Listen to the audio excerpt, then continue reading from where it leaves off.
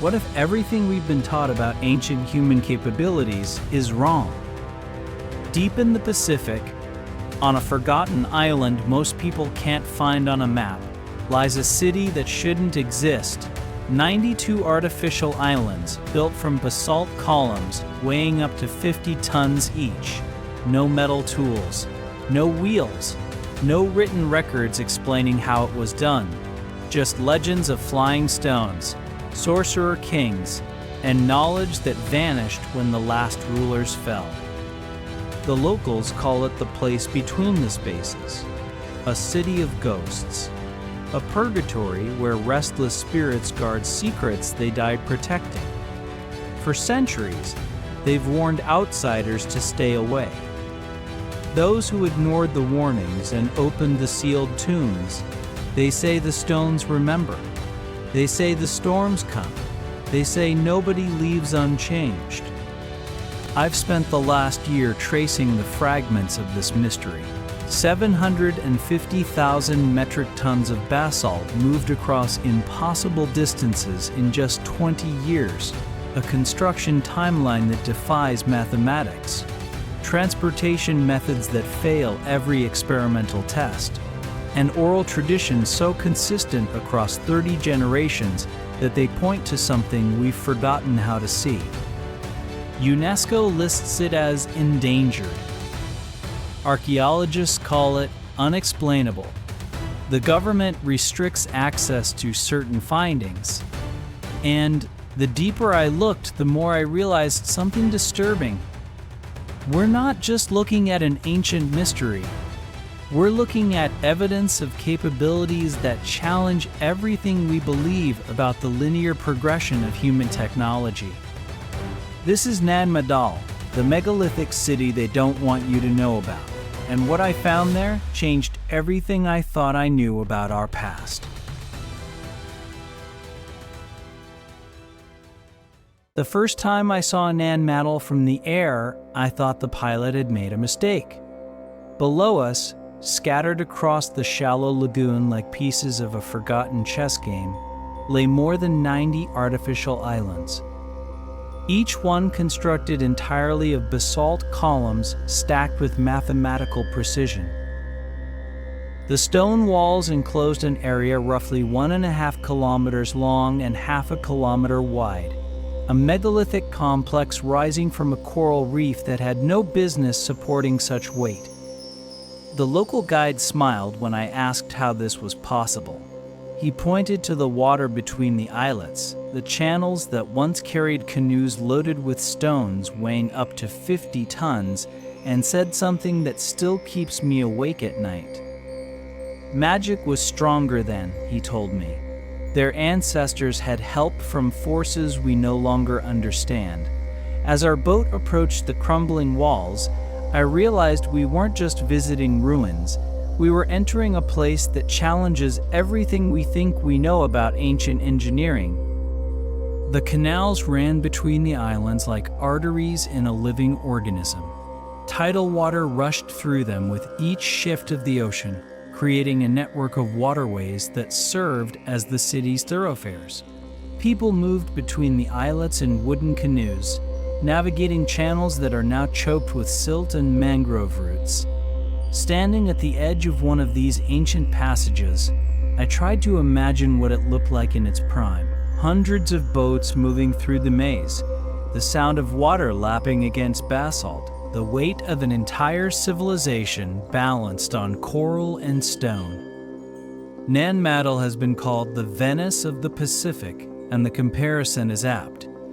But Venice was built over centuries with access to mainland resources and established trade networks. Nan Madol was constructed on one of the most remote island chains in the world, using materials that had to be quarried miles away and transported across open ocean. The scale is staggering. More than 18 square kilometers of archaeological remains, nearly 100 artificial platforms, all built between 1200 and 1500 CE during what scholars call the megalithic construction phase. I climbed onto one of the islets and placed my hand against the basalt. The stone was cool, damp from the morning mist. Each column fit against the next with precision that would impress modern masons. No mortar held them together, just weight, friction, and an understanding of physics that seems impossible for a culture with no written language and no metal tools. I asked the guide how many stones had been used to build the entire complex. He shrugged. Millions, he said. Maybe hundreds of millions. No one has ever counted. The deeper I looked, the more questions emerged that no textbook dared to answer. Who designed this city? How did they plan the layout of 92 artificial islands before construction even began? Where did the engineering knowledge come from? The academic explanations felt hollow standing there in the shadow of those walls. Simple rafts and human labor, determination and ingenuity, as if those words could somehow account for the movement of 50-ton basalt columns across miles of jungle and open water. The guide watched me trace my fingers along the joints between the stones. "You're looking for answers," he said quietly, "but some things aren't meant to be understood, only witnessed." The tide was rising, filling the canals around us, and I thought about the thousands of workers who must have labored here. The lives spent hauling stone, the knowledge that allowed them to raise a city from the sea, and the silence that followed when it all ended. Because whatever they knew, whatever techniques allowed them to build the impossible, died with them in the ruins, leaving us with nothing but questions and the weight of stones that shouldn't be here.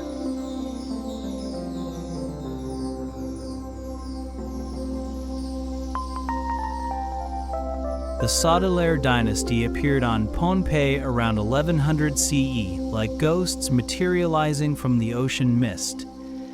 According to every oral tradition I documented, they were foreigners, outsiders who arrived by canoe and immediately began reshaping the island. The Pohnpeian word Mwehin Sao Delur translates to period of the Lord of Delur, named after an ancient designation for the island itself. This wasn't a gradual cultural evolution, it was a sudden political revolution led by people who didn't belong there. But here's what troubled me as I sat with the elders beneath the palms. No one knows where they came from. No neighboring island claims them as ancestors. No migration pattern accounts for their sudden arrival. The Saudelur ruled for over 500 years, uniting the estimated 25,000 people of Pohnpei under the first organized government the island had ever known. Yet their origin remains a mystery wrapped in deliberate silence. The legends speak of two brothers, Olisipa and Olosopa, who wielded sorcery with the help of the gods to raise the stone city from the coral reef. They arrived in a large canoe from a place called the mythical Western Katao, or Kanamweso. Some versions say they came seeking a place to build an altar to worship Nanison Sapu, the god of agriculture. After several failed attempts on other parts of the island, they finally succeeded in constructing their ceremonial center off Temwan Island, the location that would become Nan Madol. The legend says they levitated the huge stones with the aid of a flying dragon. The Pohnpeians were so awed by this display of power that they welcomed the brothers through marriage, eventually crowning them as rulers. When Olisipa died of old age, his brother Olosopa became the first Saudelur. He married a local woman and established a dynasty that would span 12 generations, producing 16 rulers of the Dipwilop, or Great, clan. I traced my fingers along the weathered basalt columns and wondered, what kind of knowledge did these strangers possess that could inspire such reverence? The historical records describe the Saudelur as looking quite different from native Pohnpeians. Their physical appearance set them apart.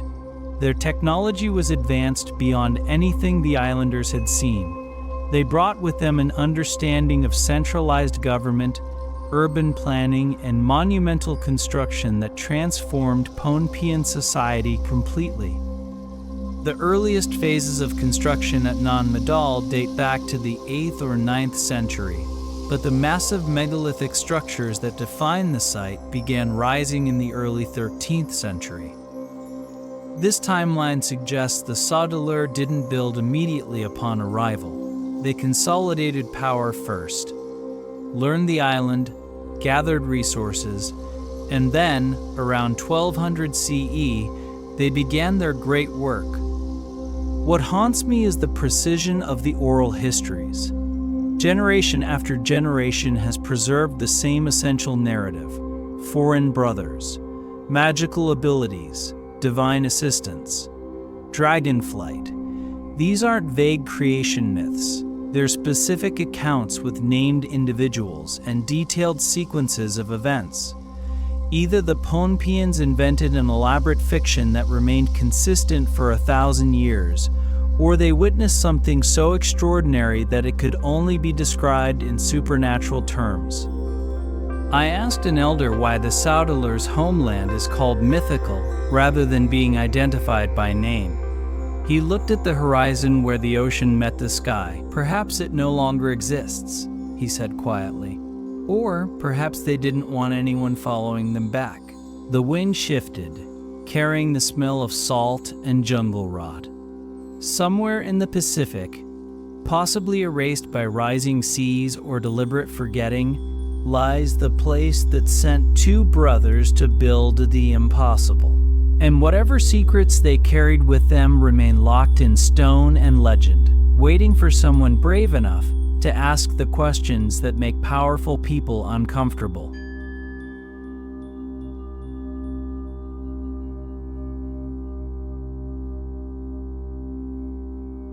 The basalt used at Nan Madol isn't just any stone.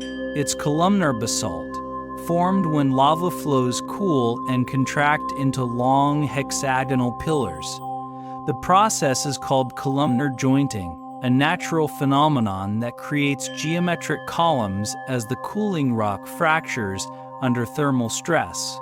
Natural, yes. Predictable geology, but the quarry site sits on the opposite side of Pohnpei Island, across jungle terrain and miles of open ocean. I stood at the volcanic plug where these columns were extracted, doing the mathematics in my head. Carbon dating indicates that the megalithic construction phase began around 1180 CE, when large basalt stones were taken from this volcanic outcrop. Each column weighs anywhere from several tons to over 50 tons. Some exceed 2 meters in length. Modern engineers I consulted admitted they would struggle to transport such loads today without heavy machinery, cranes, and paved roads. Yet somehow, between the late 12th century and the early 16th century, the Sorcerer moved an estimated 750,000 metric tons of basalt to construct their ceremonial center. Let that number sink in for a moment. 750,000 metric tons. That's the total weight of the basalt logs that make up Nan Madol's construction. If we spread this effort across the 400 years of the dynasty's existence, it results in an average of 1,850 tons moved each year, every single year, for 4 centuries. These are impossible numbers when we consider that everything was done by a civilization that didn't have pulleys, levers, or metal to aid in the process. When I asked the site's caretaker how this was accomplished, he looked at me with quiet intensity. "The stones flew through the air," he said, repeating what his grandfather told him, "carried by the breath of dragons." I laughed nervously. The idea seemed absurd. Primitive superstition trying to explain what must have been simple human engineering. He didn't laugh back. His face remained serious, eyes fixed on mine. That's when I began to suspect this mystery ran deeper than I'd prepared for. The columnar basalt itself presents another puzzle. The hexagonal columns form naturally when basaltic lava cools, but the uniformity and quality of the stones used at Nan Madol suggests highly selective quarrying. Not just any basalt would do. The builders chose specific columns, extracted them with precision, and transported them intact across the most difficult possible route. Why not use the closer basalt deposits that exist on the island? Why travel to the opposite side of Pohnpei when geography and logic suggest dozens of easier alternatives?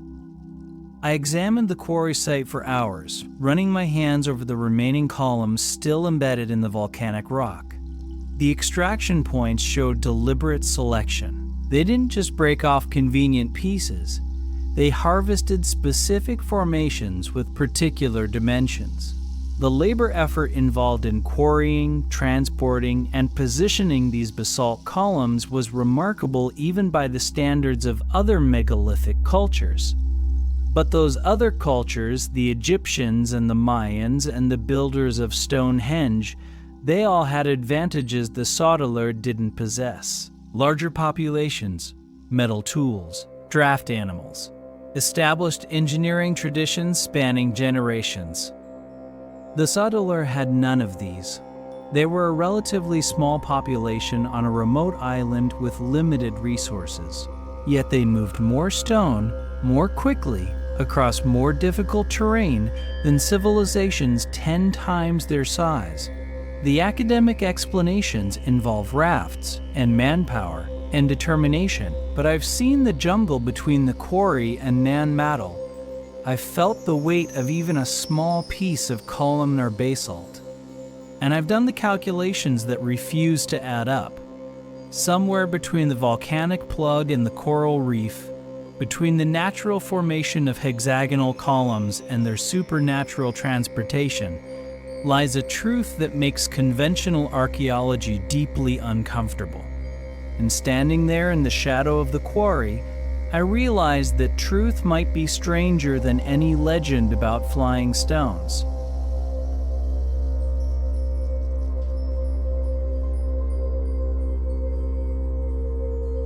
I hired a team of local engineers to help me test the prevailing theory about how the Sorcerer moved their massive stones.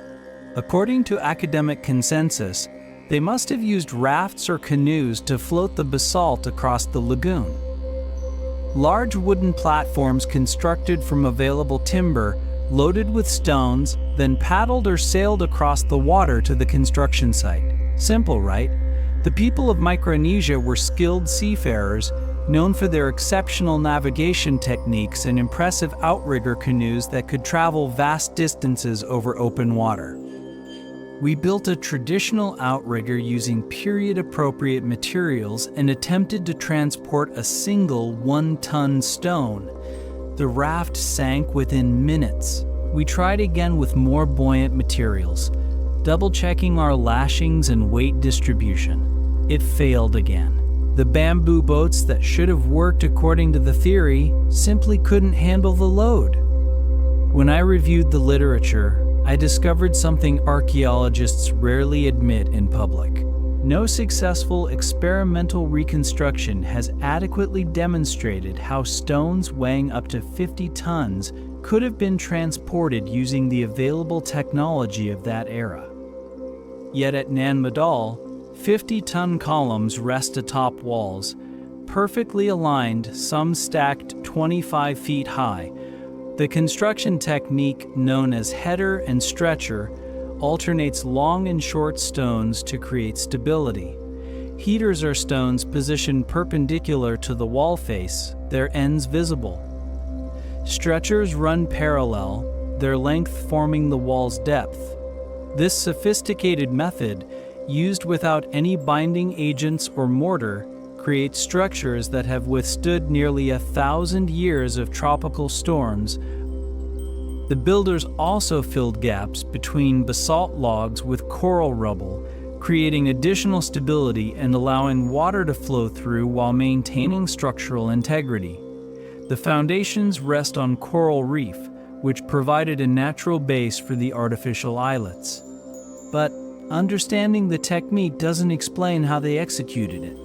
The walls of the Royal Mortuary compound rise in subtle upward and outward curves to a height of 25 feet.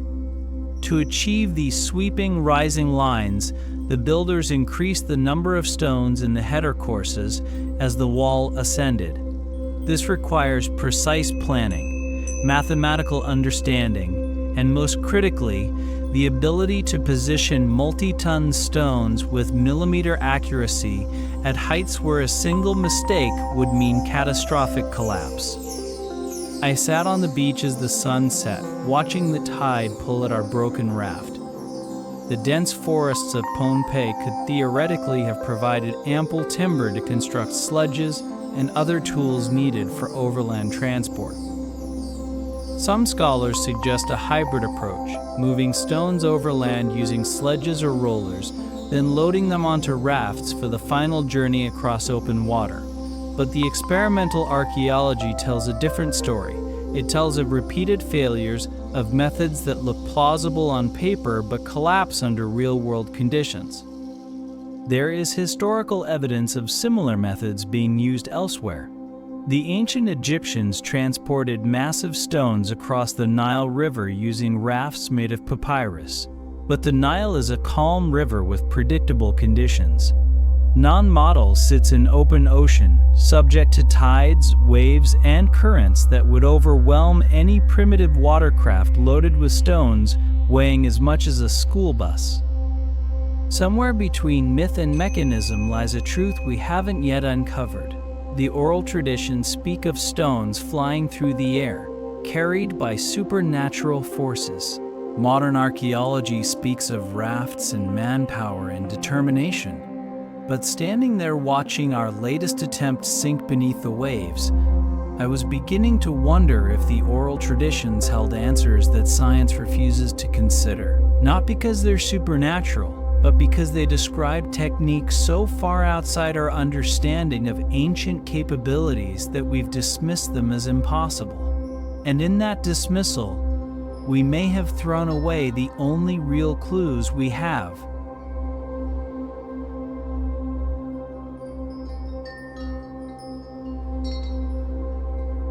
Walking through the ruins of Nan Madol, the Royal Mortuary complex, I noticed something peculiar. The walls seemed to hum. Not loudly, just a low vibration when the wind passed through the narrow channels between the basalt columns. I placed my hand against the stone and felt it resonate. The walls here rise between 18 and 25 feet high, surrounding a central tomb enclosure built for the first Sorcerer.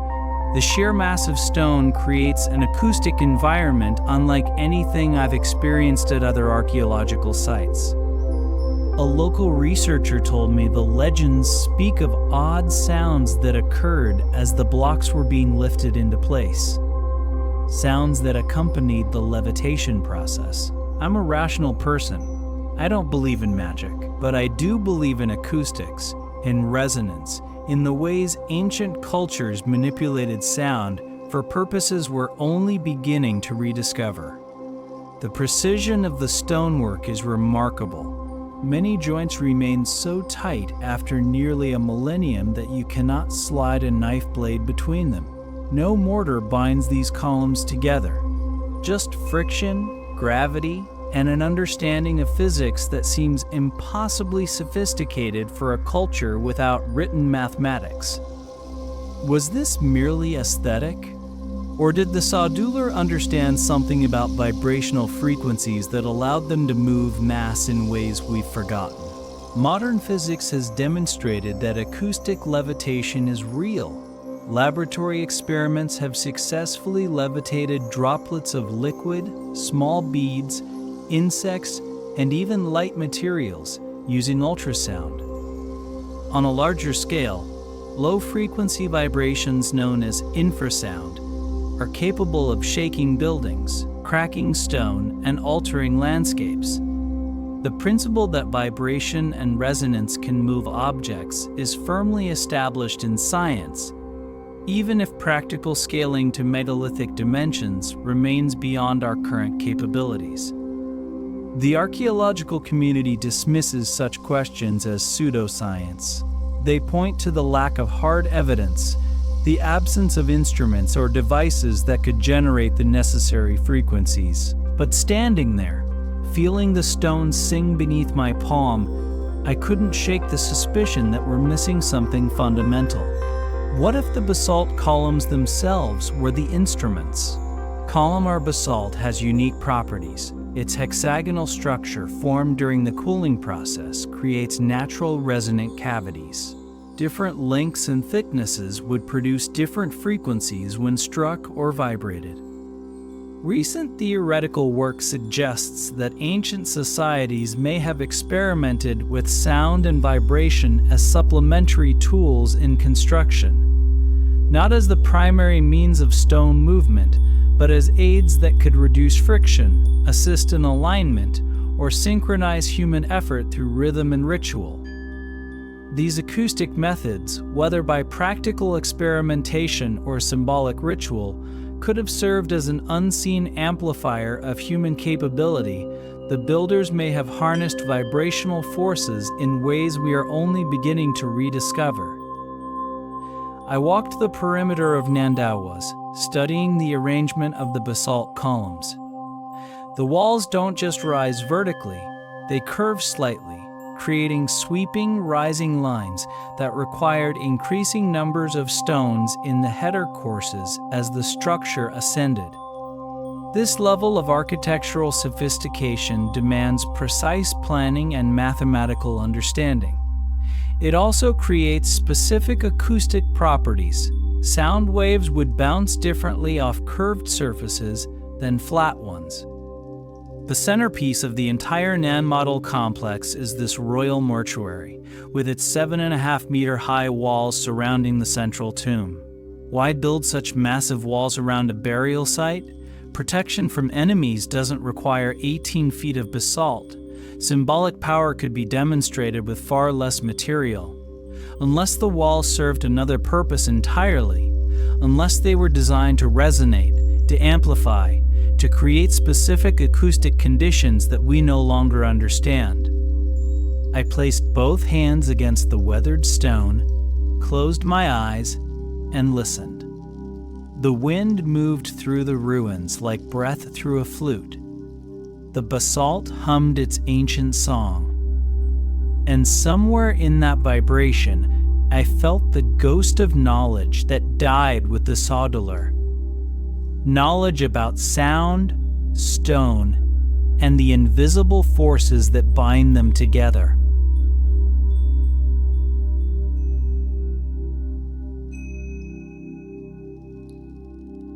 At the heart of Nan Madol lies the reason for its existence.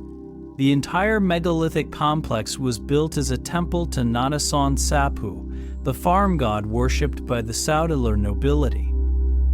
According to legend, the brothers Olisipa and Olosopa arrived in a large canoe seeking a place to build an altar so they could worship this god of agriculture. After several failed attempts on other parts of the island, they finally succeeded in constructing their ceremonial center off Temwan Island, the location that would become the spiritual and political heart of Pohnpeian society for the next 400 years. This wasn't a gradual construction project spanning centuries. Carbon dating and uranium-thorium series dating on coral harvested as construction material shows the main megalithic phase began around 1180 CE and was largely complete by 1200 CE, 20 years. That's the window in which over 90 artificial islands were raised from the coral reef. Massive walls erected, royal tombs sealed, and ceremonial platforms completed. The precision of this timeline comes from architectural coral samples taken from the central tomb on the islet of Nan Madol, which place its construction between 1180 and 1200 CE, making it the earliest example of monumental architecture in the remote islands of the Pacific. I calculated the logistics with a structural engineer. To accomplish this feat, The Sorcerer would have needed to quarry, transport, and place approximately 100 tons of basalt per day, every single day, for 2 decades. If we consider the total estimated weight of 750,000 metric tons of basalt used in construction, and compress that effort into just 20 years instead of the full 400-year Dynasty, the numbers become even more staggering. We're talking about moving and precisely positioning thousands of tons per year during the peak construction phase. The workforce required would have been immense. Yet Pohnpei's total population at the time was estimated at only around 25,000 people. How many could have been spared from farming, fishing, and survival to build a temple? At its peak, Nan Madol itself may have been home to only 1,000 people, the majority of whom were commoners serving the nobility. The mathematics simply don't work. Even if every able-bodied person on the island devoted themselves entirely to construction, the timeline remains impossible using conventional methods. And why did Nanisan Sap demand such an impossible tribute?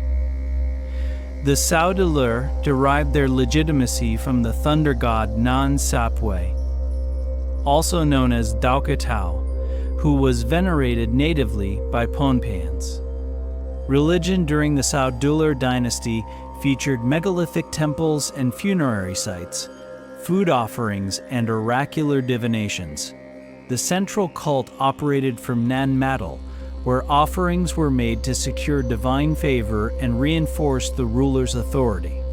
From this ceremonial center, the worship of Nan Sapwe spread to the other districts of Pohnpei, consolidating both religious and political power under a single ruling class. I traced the outline of a tomb on Nandawas, where chiefs were sealed inside vaults surrounded by walls reaching 25 feet high. Some individual basalt pillars used in construction weigh 100,000 pounds each. That's 50 tons of solid stone, lifted to heights where a single miscalculation would crush dozens of workers below. The buildings stand on a foundation of natural coral that lies just below the water's surface, a precarious base for structures of such immense weight. Something about this place felt less like worship and more like appeasement, less like devotion and more like desperation. What kind of god demands his followers build the impossible? What kind of rulers convince an entire population to sacrifice generations of labor for a temple that serves only the elite? And what happens when that god, or those rulers, or both, fall silent? The stones don't answer. They just sit there, stacked in defiance of logic, monuments to a faith so absolute it bent reality to its will, or tried to save stake.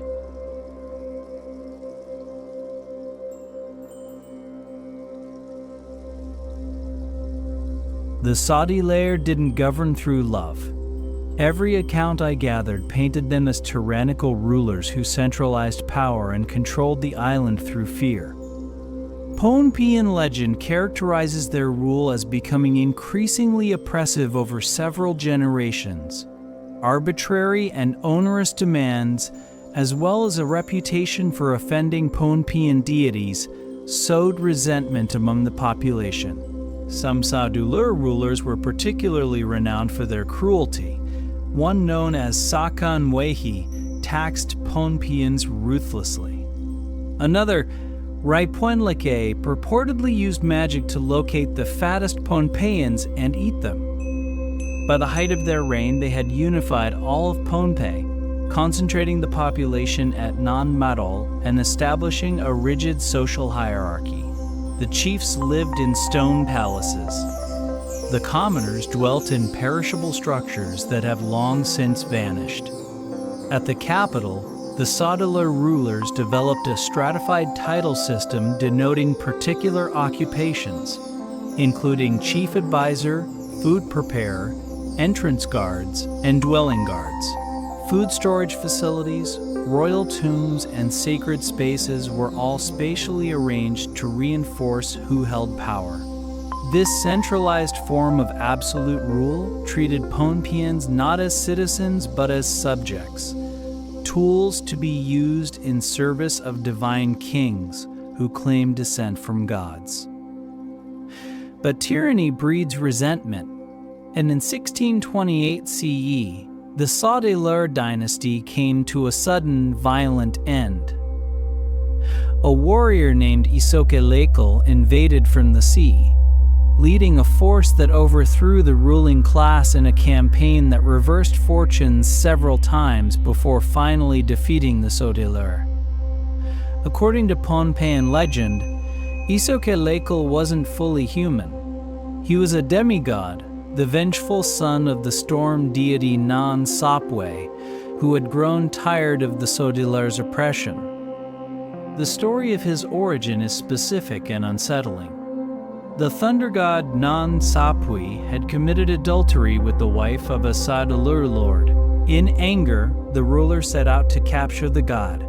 Some versions include that the ruler had also incensed other gods of the Pohnpian pantheon and insulted a high priest who prophesied the Sorcerer downfall. These offenses, combined with the oppressive land ownership and tribute system, drew the ire of gods, humans, and animals alike.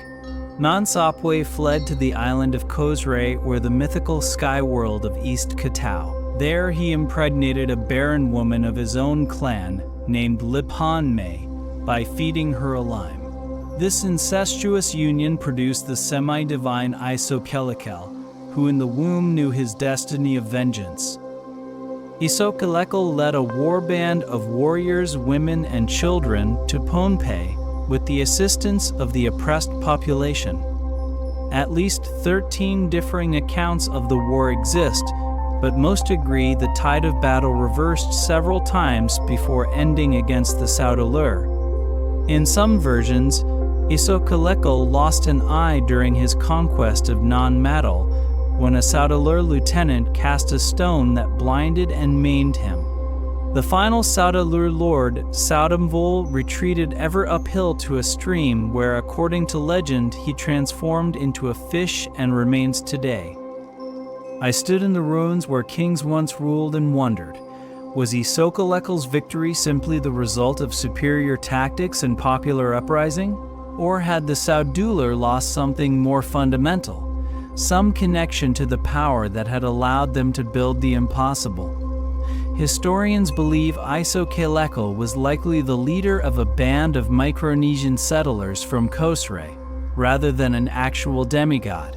But the consistency of the supernatural elements in the oral histories suggests the Pohnpians witnessed something extraordinary, something that could only be explained through divine intervention. Whatever the truth, Nan Madol was abandoned shortly after their fall. Geological took the title of Nan Madol and initially assumed the seat of power at Nan Madol, but the city's significance to Pohnpians slowly eroded, and it was eventually abandoned by the 18th century. The secrets of its construction died with the Sorcerer, and the knowledge that had allowed foreign sorcerer kings to raise a city from the sea vanished like their last ruler, dissolving into water and myth, leaving nothing but empty stone and unanswered questions.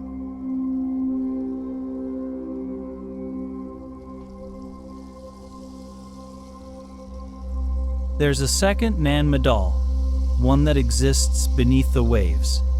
The Pohnpians call it Canals, the legendary sunken city inhabited by spirits. Ancient legend says the builders of Nan Madol selected their site because they saw the submerged ruins of Canals from a high cliff above Madoleni Himo Bay, which lies between Temwen Island and Nakapo Island. The locals believe a second underwater city called Canals Namket exists somewhere further east of the reef. For years, I dismissed it as folklore. Then I obtained the sonar survey results from an underwater archaeological team that mapped the lagoon floor around Nan Madol in 2013. They found anomalies. The multi-beam sonar revealed occasional distributions of block-shaped features along the drop-off between the reef flat and the bottom, at depths of 20 to 30 meters. Video monitoring by remotely operated vehicles clarified that most of these objects are columnar in shape, a couple of meters high with sides of approximately 1 meter, covered by coral incrustation. When I asked to see the full data, I was told portions of the survey remain classified for cultural sensitivity reasons. The team's official conclusion stated that no definitive man-made structures were identified underwater. By observation using the ROV, it was not clear whether these columns were coral or basalt, and whether anthropogenic or natural. But the report also included a curious note. Coral growth and submerged columnar basalt building material may have been interpreted by the Pohnpians as evidence for underwater structures, possibly incorporated into their mythology. Earlier surveys in 1978 and 1979 by Arthur Sachs reported finding several tall stone pillars covered in coral growth, as tall as 6 meters, 0.9 to 1.2 meters wide, at depths of over 25 meters. These discoveries sparked decades of speculation. Some researchers proposed the blue hole hypothesis, suggesting that freshwater runoff from Temwen Island seeped beneath the reef and dissolved sections of it over a long period, forming passages and caverns. The weight of basalt used to build an earlier city eventually caused a cataclysmic collapse of the reef shelf and sent Canimhueso to the depths. I hired a dive team and descended into the murky channels between the islets. Visibility was poor. Seagrass and sediment clouded everything. The team from the University of Oregon who surveyed the area in 1988 and 1989 found that the surrounding area was generally covered with columnar basalt and coral. They located prone basalt columns on the seafloor seaward of Nan Madol, which they concluded consisted of lost, discarded, or fallen building materials. But in the silt, half buried, I saw what looked like worked stone. Regular, intentional, aligned in ways that coral doesn't naturally grow. My guide refused to go deeper. "The spirits don't want us there," he said, ascending toward the light. For decades, divers have reported submerged megalithic ruins of the legendary cities Canimhueso and Canimhuanamket, such as construction which only appears below water surrounding the city in the harbor, and not within any part of the city above. The natives of Pohnpei know about these ruins, but none of the submerged structures are talked about for fear of spirits who would punish them. I surfaced with more questions than answers. The 2013 survey team used steel rods to test 2 columns and found only coral. One column was raised and carefully dissected, revealing it consisted entirely of coral and clearly was not a purposely positioned stone column. Yet the surveys also acknowledged that no evidence of stalagmites, passages, or tunnels was found, contradicting the blue hole hypothesis. And a growing sense that some mysteries remain hidden for a reason, whether beneath coral that has grown for centuries, or beneath cultural prohibitions that protect sacred knowledge, or beneath official reports that conclude nothing exists while simultaneously documenting anomalies that defy natural explanation. The ocean keeps its secrets better than stone, and the spirits of Canimhueso, whether real or imagined, guard theirs with silence deeper than any dive team dares to penetrate.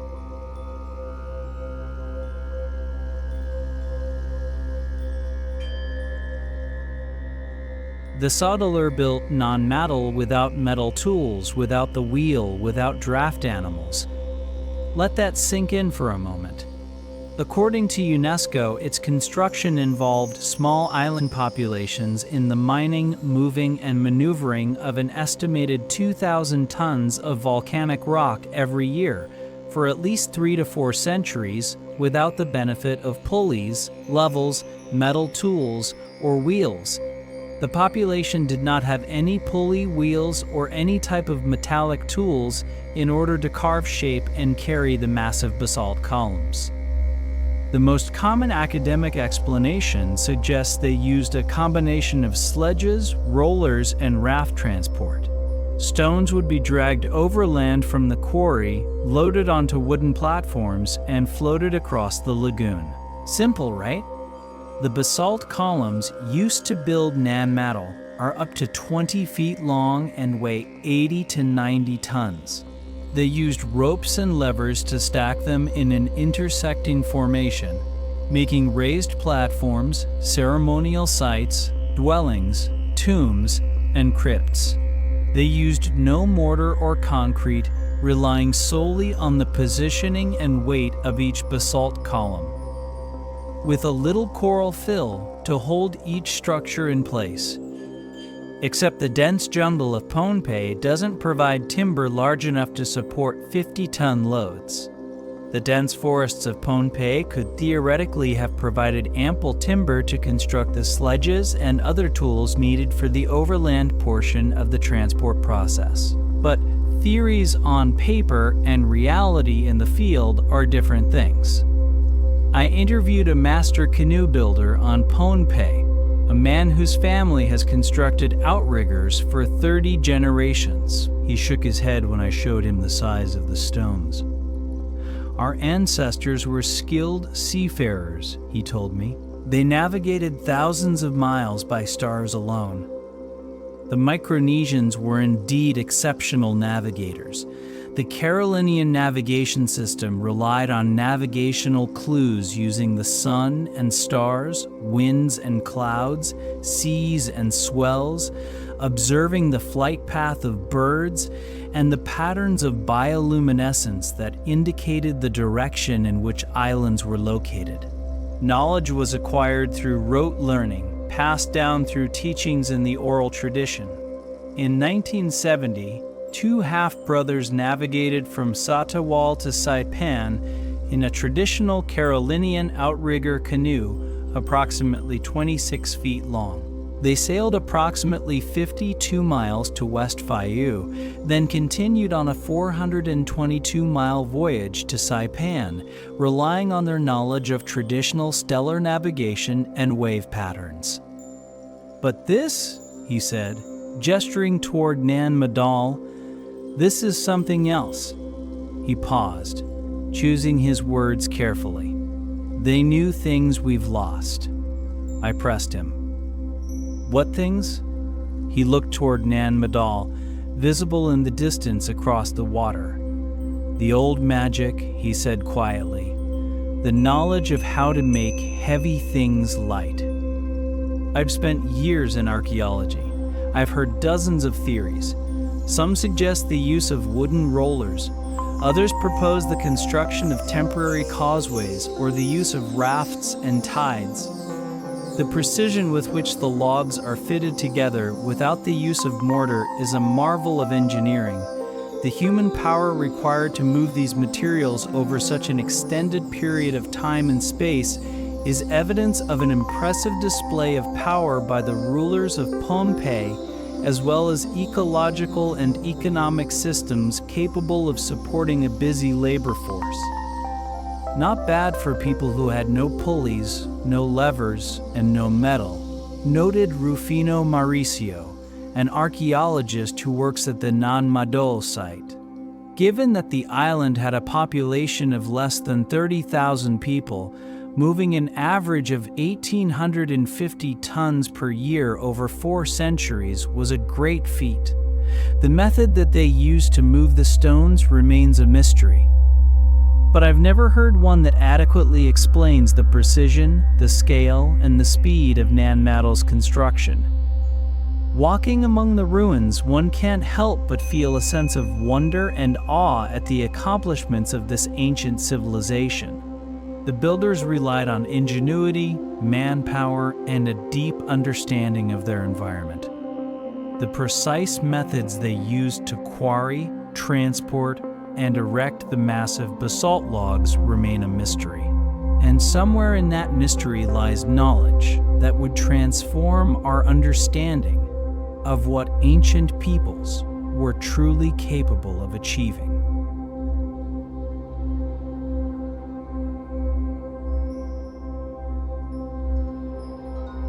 Here's what keeps me up at night. The Sorcerer didn't choose the nearest basalt source for their construction. They deliberately selected a quarry on the opposite side of Pohnpei, the farthest possible point from Nan Madol. Why? I hiked to the volcanic plug where the columnar basalt was extracted, machete in hand, pushing through vegetation that hasn't seen a trail in decades. The site is remote, difficult to access, surrounded by steep terrain. Geochemical analysis using portable X-ray fluorescence has confirmed that most of the architectural stone at Nan Madol comes from the main shield building stage of Pohnpei's volcanic formation, which occurred between 3.1 and 2.7 million years ago. When I finally reached it, I understood why the basalt here was prized. The columns are exceptionally uniform, hexagonal, and long. The complexes were built primarily from columnar basalt, a volcanic rock that breaks naturally, to form massive rod-like blocks that make an ideal building material. But that doesn't explain the logistics. Over the past 30 years, investigations including archaeological surveys and geochemical sourcing have attempted to identify the quarries that provided the stone for Nan Madol's construction. Researchers have documented numerous potential quarries quite close to Nan Madol, some within just a few kilometers. I consulted with the geologist who's mapped the island. There are closer basalt deposits, he confirmed. Eras and colleagues reported the locations of 47 potential sources of columnar basalt that may have been used to construct Nan Madol. The baseline geologic data collected represents only a fraction of potential sources available on Pohnpei, some within 2 kilometers of Nan Madol. They would have worked fine for construction, so why travel 10 times the distance? What made this particular stone essential? I ran my hands over the cool columns still embedded in the cliff face. The geochemical analysis revealed something fascinating. The site's builders favored columnar basalt from the island's main shield building stage over post-shield material. Boulders incorporated in the architecture are primarily from post-shield stage Temwen Island, but supplemented by some main shield boulders from mainland Pohnpei. This suggests deliberate selection based on specific geological properties, not mere convenience. Preliminary findings further suggest that there were shifts in the relative frequency of quarries used to construct different structures. These shifts could relate to exhaustion of accessible stone from specific sources or perhaps changing preferences for specific qualities. Massive columnar basalt stones were transported from quarries elsewhere on the island and laid using a distinctive header and stretcher technique. But the question remains, why exhaust distant sources when closer ones remained available? Unless the Sorcerer weren't choosing based on proximity, unless they were selecting based on properties we don't yet understand. Magnetic orientation, crystal structure, resonant frequency, something that made this basalt special. The high values of yttrium in certain samples makes it likely that Temwen Island is the source of Nan Madol's largest boulders, but the long columnar basalt that defines the site's architecture came from farther away. I stood at the extraction site, looking back toward where Nan Madol lay beyond the jungle canopy. The builders analyzed at least 47 different basalt sources scattered across Pohnpei. They conducted what was essentially a geological survey 1,000 years ago. They tested stone from different locations, different volcanic stages, different chemical compositions, and then they made a choice that defied logic and multiplied their labor tenfold. Modern archaeologists call this cultural preference or aesthetic choice, but standing there among the columns that weren't chosen, that were left behind despite being perfect building material, just 2 kilometers from the construction site, I couldn't escape a more unsettling conclusion. The Saudeler knew something about stone that we've forgotten. They selected basalt based on criteria invisible to our instruments and incomprehensible to our science. Properties that made certain columns worth hauling across an island, while others, physically identical to our eyes, were rejected as unsuitable. And whatever those properties were, they were important enough to justify the impossible. Important enough to build a civilization's greatest monument around. Important enough that their loss, when the dynasty fell, made Nan Madol's construction forever unrepeatable.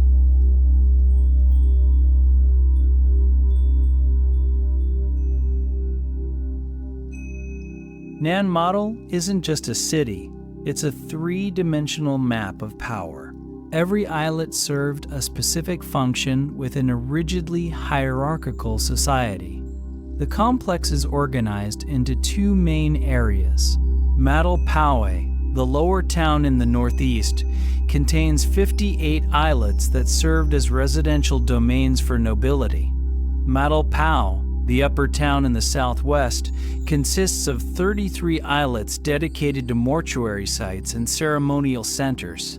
This spatial separation wasn't accidental. It was a calculated system of control that physically manifested the division between the living and the dead, the sacred and the secular, the powerful and the powerless.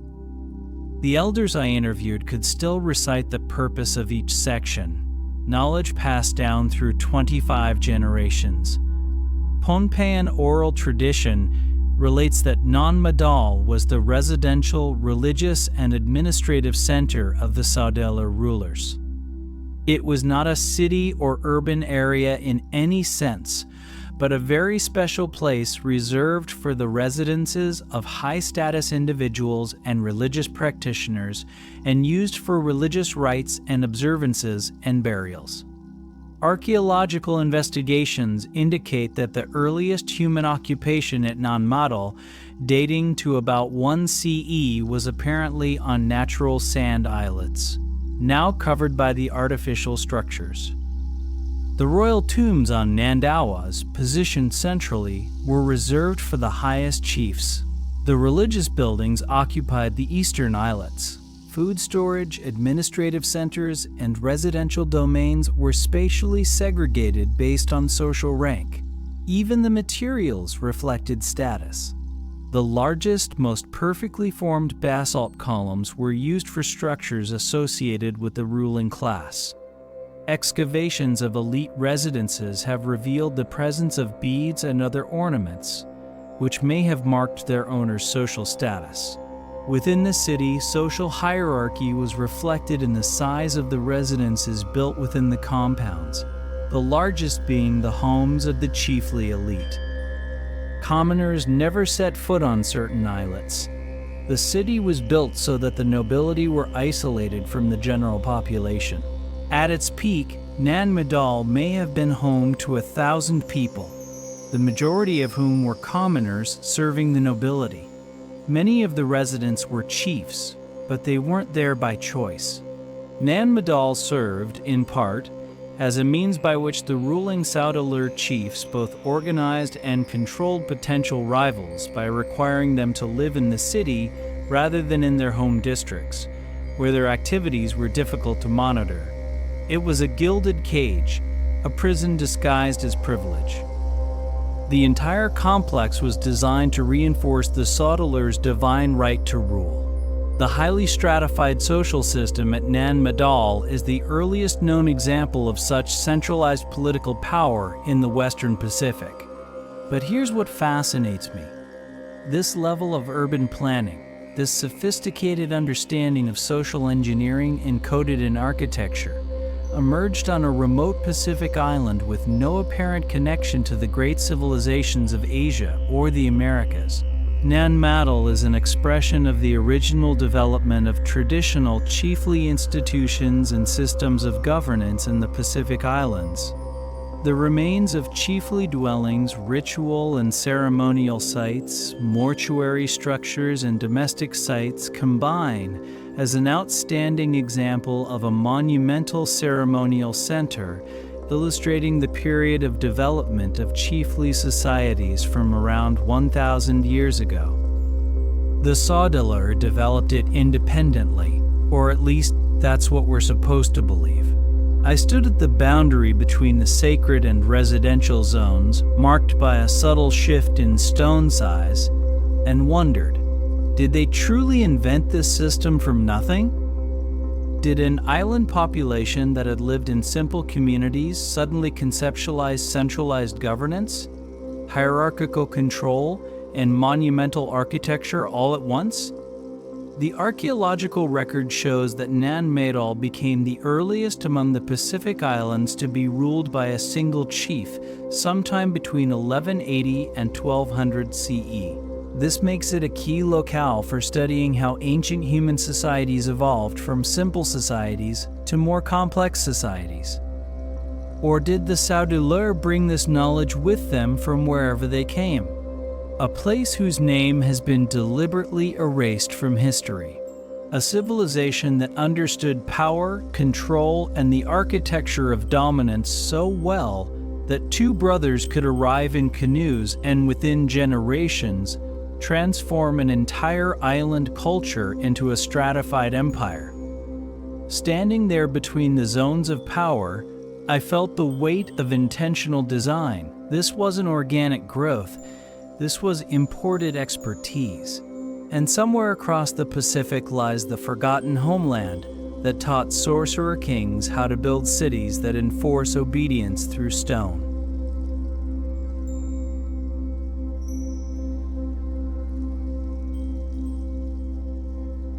Cities don't usually die overnight. They decline gradually, populations dwindling, structures falling into disrepair over generations. But Nan Madol's end was abrupt. After Geological's invasion in 1628, the site was largely abandoned within a single generation. Geological initially took the title of Nan Madol and assumed the seat of power at Nan Madol. But something changed. The Nan Madol lived at Nan Madol, but had to gather their own water and grow their own food. This is thought to have caused them eventually to abandon Nan Madol and move back to their own districts. The population dispersed, the canals silted up, the jungle began its slow reclamation. By the 18th century, the city that had stood for 400 years was completely deserted. I walked through sections where mangroves now grow through the walls, their roots prying apart stonework that had stood for centuries. What struck me as unusual was the completeness of the abandonment. Normally, even after political upheaval, some population remains. Squatters occupy the ruins. New powers repurpose the structures. But at Nan Madol, it's as if everyone left and never returned. Recent scientific research has revealed another layer to this mystery. An international research team led by National Taiwan University analyzed coral rubble samples from Nan Madol to disclose its history. They found that subsidence-induced sea level rise and climate change had severely impacted the city's construction and upkeep, ultimately contributing to the collapse of the Sorcerer dynasty and the abandonment of Nan Madol. Formed by volcanic activity, Pohnpei Island has gradually cooled, causing the landmass to contract and sink by about 1 millimeter annually, leading to a relative rise in sea level. Intense climate oscillations, particularly during La Niña years, brought violent storm surges and significant seawater intrusion, further damaging the city's infrastructure. These environmental strains likely fueled public unrest, leading to the eventual overthrow of the Sorcerer dynasty. The environmental challenges made it increasingly difficult to maintain the city, with the final abandonment occurring in the 15th century, according to some studies. I asked the site's guardian why the Pompeians don't live there now, even though it's considered sacred. He looked at me like I'd suggested camping in a graveyard. "The spirits are too strong there," he said. "Too angry. We honor the place from a distance. For centuries, restless spirits of dead Pompeians have lingered here and vowed to harm any disrespectful visitors. The lost city is described as the place between the spaces, a purgatory where the dead remain trapped." Archaeological evidence shows no significant reoccupation after the 17th century. Over the next several decades following Geological's victory, his successors gradually abandoned the site and it was reclaimed by nature. While local Pompeians maintained the oral traditions of its history, Nan Madol remained largely unknown to the outside world until the 19th century. The city that took 20 years to build at its peak and stood for 400 years was wiped from active use in less than 50. One possible reason for the city's abandonment may have been the lack of available resources. There is no fresh water or food on Nan Madol, and the rising sea levels would have made these logistical challenges even more severe. The combination of environmental disaster, political upheaval, and spiritual taboo created a perfect storm of abandonment. I watched the tide flow through the ancient canals and wondered what happened in those final days. The scientific data points to climate catastrophe and geological subsidence.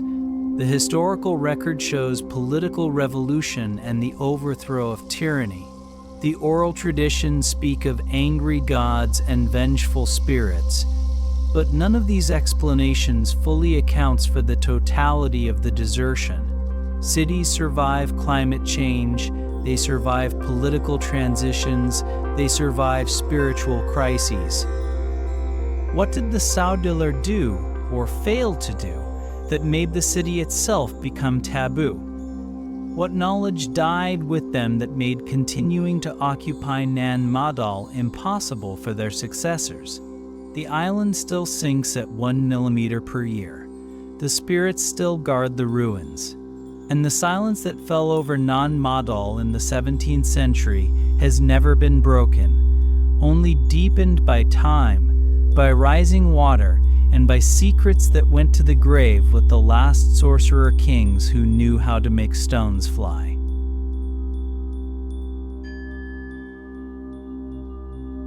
Every culture I've studied has myths of a golden age when humans possessed abilities they later lost.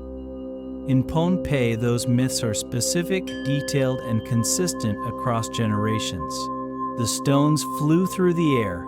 The brothers levitated the huge stones with the aid of a flying dragon. Magic was stronger then.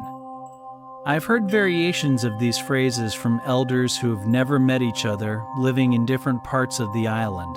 Locals know about Nan Madol but are afraid of it. The people believe the oral history version of its origin. Two brothers, Olosipa and Olosipa, came from either the south or the west, looking to promote their ritual practice, and constructed Nan Madol in their lifetime, using magical powers to fly in the basalt logs. Anthropologists classify this as mythologization of the unknown, a way for oral cultures to explain achievements they can no longer replicate. But what if it's something else? What if encoded in these legends are descriptions of actual techniques, technologies, or knowledge systems that we no longer recognize? The accounts are consistent. The two sorcerers successfully built an altar at Nan Madol, where they performed rituals to levitate the huge stones. Rituals, not random magic, rituals. Strip away the supernatural language, and what remains? The legends speak of sounds during construction, levitation, and the assistance of dragons. Acoustic manipulation. anti-gravitational knowledge, perhaps assistance from an outside source. I'm not suggesting ancient aliens. I'm suggesting the possibility that the Saudalar possessed scientific understanding that was lost when their dynasty fell, knowledge that seemed like magic to the Pohnpans who witnessed it, and knowledge that we, with all our modern technology, had yet to rediscover. Modern science has demonstrated that acoustic levitation is real. Acoustic levitation works by using sound waves to create a force that counteracts gravity, lifting objects off the ground. This method has been demonstrated in laboratories today, where small objects can be levitated using high-frequency sound waves. Could ancient civilizations have discovered a way to harness this technology? Some researchers suggest that the legends of magical stone levitation could be a folk memory of such a lost technology. This theory aligns with the idea that the builders of Nan Madol may have had access to knowledge far beyond what we believe to be possible for their time. If acoustic levitation were indeed used, it would explain how the builders could move stones weighing tons with seemingly no effort, defying the conventional limitations of ancient technology. Historical accounts from Tibet describe monks using trumpets and drums to levitate heavy stones during construction. A very heavy stone block, said to be 1 meter wide and 1.5 meters long, was carried by yaks and placed into position, then lifted using coordinated sound from instruments. The stone would be struck by a metal rod, allowing it to be levitated and moved a distance of roughly 50 meters until it would settle to the ground. Because the more I studied Nan Madol, the more I realized the greatest mystery isn't how it was built, it's what was forgotten. Most Pohnpians still believe the legend that Nan Madol began with the arrival of twin sorcerers Olasipa and Olasopa from the mythical western Katao. The twins were said to be much taller than native Pohnpians. Their physical difference, their technological superiority, their knowledge of construction that remains a mystery even today. The oral traditions have preserved these details for 1,000 years, not as entertainment, not as superstition, but as memory. Folk memory of techniques so advanced that they could only be described in the vocabulary of magic. Rituals that manipulated sound, processes that made heavy stones light, knowledge brought from a lost homeland by brothers who were different, taller, more advanced than the people they encountered. And when Isokalekal overthrew the last Saudalar in 1628, when the dynasty fell and the city was abandoned, that knowledge died with them, leaving us with legends that point to a truth we're not equipped to understand. Technologies disguised as magic, science preserved as myth, and the uncomfortable possibility that human civilization has risen and fallen more times than we're willing to admit, each collapse erasing capabilities that take millennia to rediscover.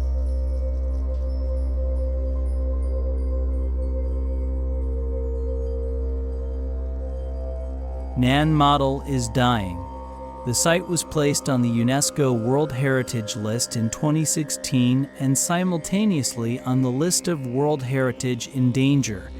The official threats are listed as siltation of waterways that is contributing to the unchecked growth of mangroves and undermining existing edifices. Vegetation is dislodging stones in the many impressive structures through root activity and by tree fall in storms. Sea level rise compounds these challenges, but when I spoke to the preservation team, they admitted something more troubling. We don't actually know how to preserve it. The construction techniques are unlike anything else in the archaeological record. Modern stabilization methods, designed for Roman ruins or Mayan temples, don't apply. The basalt columns are fitted together without mortar, held in place by weight and precision alone. Any intervention risks collapse. The structural remains have been increasingly exposed in the past 2 decades. faced with a gradual physical breakdown of coral rubble fill supporting basalt construction materials. This causes the architectural collapse of the tombs. The state of conservation of stone structures is now of extreme concern, rendering the integrity of the property vulnerable. Due to cessation of use for residential purposes by the 1820s, while retaining religious and traditional significance, the property suffers from overgrowth of vegetation, the effects of storm surge, and some stonework collapse. Construction of walkways linking the islets left an impact on the architectural stability of the original walls of the islets.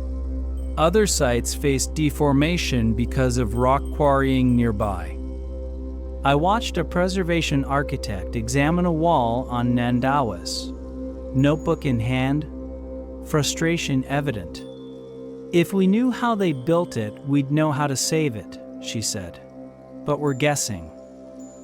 The World Heritage Committee recommended a detailed assessment of the stability of the walls as a base for setting out a conservation strategy and corrective measures that can then be phased and costed. They requested that the state party invite a joint World Heritage Center and ICOMOS reactive monitoring mission to the property.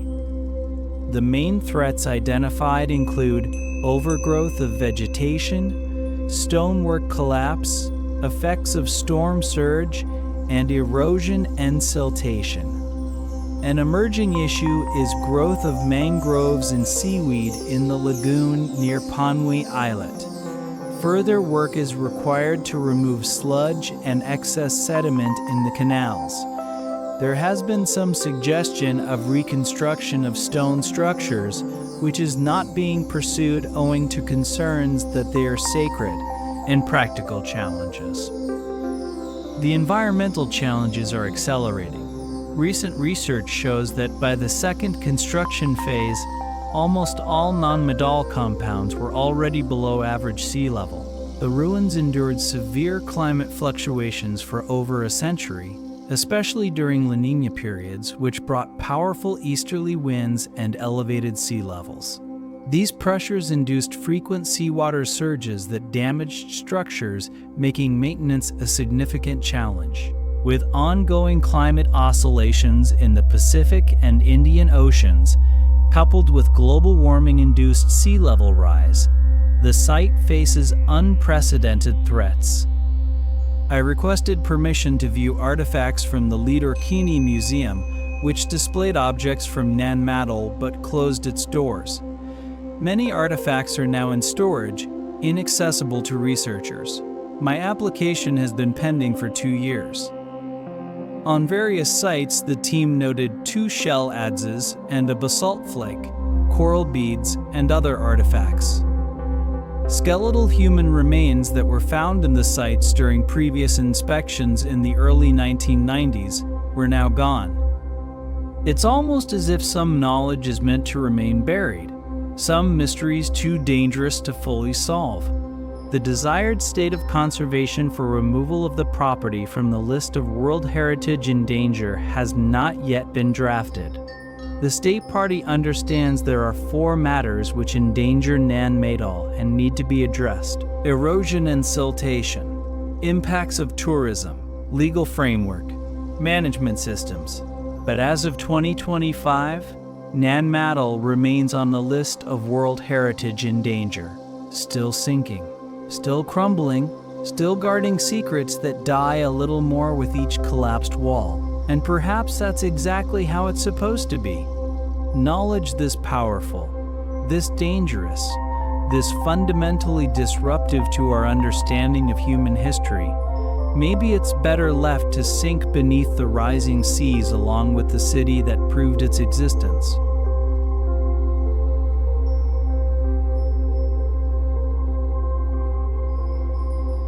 I've been back to Nan Madol 6 times now. Each visit reveals something new, and each revelation makes the official explanations feel more inadequate. The academic consensus is clear. Nan Madol was built between 1180 and 1200 CE by the Saudular Dynasty, using simple rafts, manpower, and determination. A remarkable achievement of human ingenuity, yes, but ultimately explainable within the bounds of conventional archaeology. The construction involved small island populations, mining, moving, and maneuvering an estimated 2,000 tons of volcanic rock every year for at least 3 to 4 centuries. Except the experiments don't work. The timelines don't add up. The transportation problem remains unsolved. And the legends point to knowledge that doesn't fit our narrative of technological progress. Strangely, archaeology has largely neglected Nan Madol. Few studies have been done, and many questions remain. The site is considered one of the world's genuinely unexplained mysteries. It's a truly fascinating place with a lot of unanswered questions. I met with a government official who oversees the site. Off the record, he told me something chilling. There are aspects of Nan Madol we've been advised not to investigate too closely. Cultural sensitivity, he said, respecting indigenous beliefs. But his eyes told a different story. There are things here that don't make sense, he whispered. And maybe some questions are better left unanswered. For centuries, many dismissed Nan Madol as the stuff of legend, a city lost to myths of sorcery and spirits, a haunted place best left unexamined. Local stories speak of sorcerers who ruled with magical power. The mythical magic of the stones spoken of by local elders today, passed down metaphorically through generations, hints at a forgotten technology or engineering prowess wrapped in the cloak of legend. In 1874, a ship transporting artifacts from the site sank under mysterious circumstances, never to be recovered. The event was whispered about for decades, fueling rumors that the city's ancient power could reach beyond the reef and sea. In the early 20th century, during the era of German colonial administration, officials attempted to unearth Nan Madol's secrets by forcibly opening sealed tombs. According to local accounts, days after a German governor inspected these tombs and reportedly found giant skeletons, figures far larger than any known humans, the governor succumbed suddenly to a mysterious illness and died. Whether coincidence or curse, the story was etched into the island's collective memory. I think about the sunken city beneath the waves, the classified portions of the sonar survey, the museum artifacts locked away from view. Until its closure in 2012, objects from the site were displayed at Ladorkini Museum. Where did those artifacts go? Who controls access to them now? I think about the Saudeleur, arriving from nowhere with knowledge that allowed them to reshape an island. And I think about what happened to that knowledge when their dynasty fell, whether it was hidden, destroyed, or simply forgotten. Recent archaeological investigations have moved beyond the presumptions, ignorance, and exploitation of earlier eras. We can now recognize the great differences in preservation needs for sites within Pohnpei and can pose specific conservation plans. Archaeological study represents a fundamental way that we gain new information about the human past. But how much are we allowed to know? How much are we permitted to discover? One thing I know for certain, Nan Madol holds secrets that challenge the timeline of human technological development. The discovery makes Nan Madol a key locale for studying how ancient human societies evolved from simple societies to more complex societies. But what if the evolution wasn't linear? What if knowledge was gained, lost, and gained again across cycles we refuse to acknowledge? The chamber may have been a ceremonial vault, a place where knowledge was hidden, not shared. The basalt tablets carved with unknown hieroglyphics may have been designed by ancient tribes to keep their most sacred secrets locked away. And someone, somewhere, prefers those secrets stay buried beneath the mangroves and the myths. beneath the rising seas and the official reports that explain everything while revealing nothing. Because Nan Madol doesn't just challenge our understanding of ancient Pacific civilizations, it challenges our entire conception of how human knowledge develops, spreads, and disappears. And that's a truth too dangerous for comfortable historians to accept.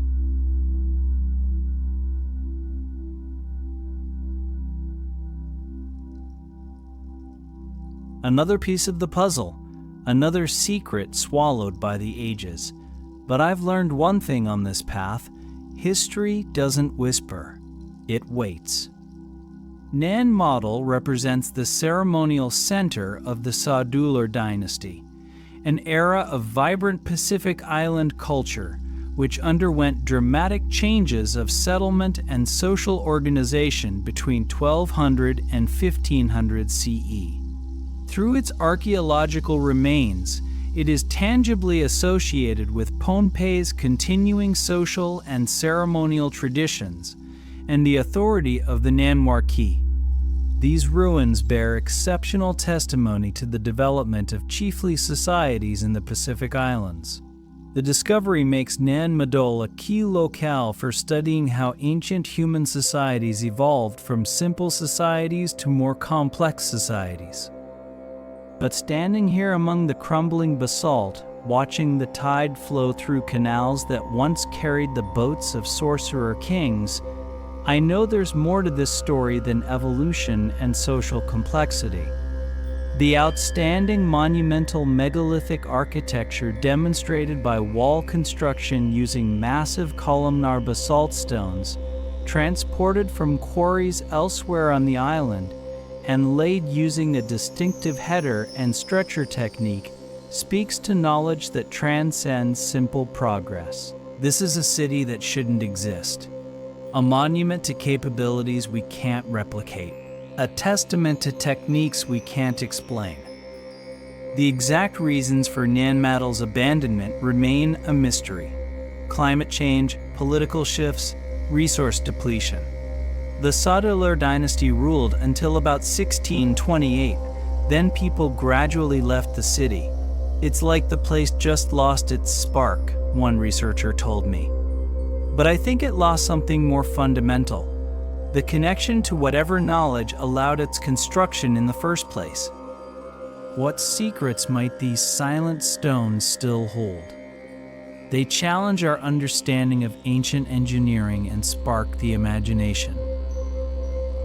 Beyond these creation narratives, aspects of the oral history of Nan Madol, passed down through many generations, correlate with archaeological evidence.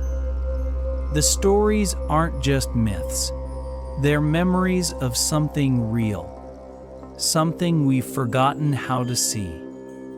I'm leaving Pohnpei in the morning. The boat will carry me back across water that once floated 50-ton stones.